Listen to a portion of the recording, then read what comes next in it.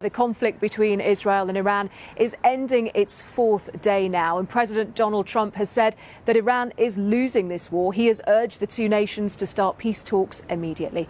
He was speaking a little earlier at the start of that G7 summit in Canada that you've just been hearing about. It is set to be dominated by this conflict. And Sir Keir Starmer, who, as you know, is attending, said that the focus here now was on de-escalation. Well, tonight we'll have a report from the G7 summit, as well as the latest from here in Israel. And in the last few hours, Iranian state TV reported that a new wave of attacks on Israel was beginning. In Iran, Israeli airstrikes on the state media complex was captured on live TV. Iran condemned that attack as a war crime. Well, the BBC is not allowed to broadcast from inside Iran, but our colleagues at BBC Persian have been keeping across the developing situation there. Paham Gobari has this report. Iranian state TV came under attack during a live broadcast.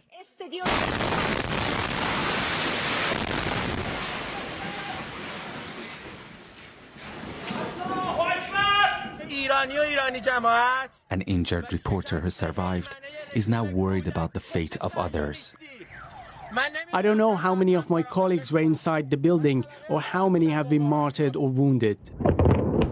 Iran's capital has been under heavy bombardment in recent days. This is Tehran only a few hours ago. Many residents have tried to flee, especially after Israel asked people to evacuate areas near military facilities. But for many, escaping has proven impossible due to paralyzing traffic.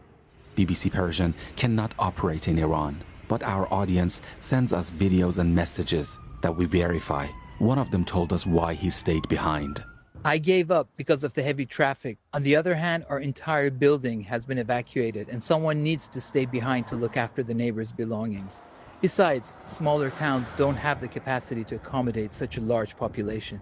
But it's not just Tehran. Strikes are hitting almost every corner of Iran. This is a hospital in the western city of Kermanshah. Iran says Israel was behind the strike. A human rights group and local sources say a missile launcher was deployed nearby, and it may have been the real target. Either way, this is the reality of war. Civilians paying the highest price. The historic city of Isfahan was struck multiple times yesterday.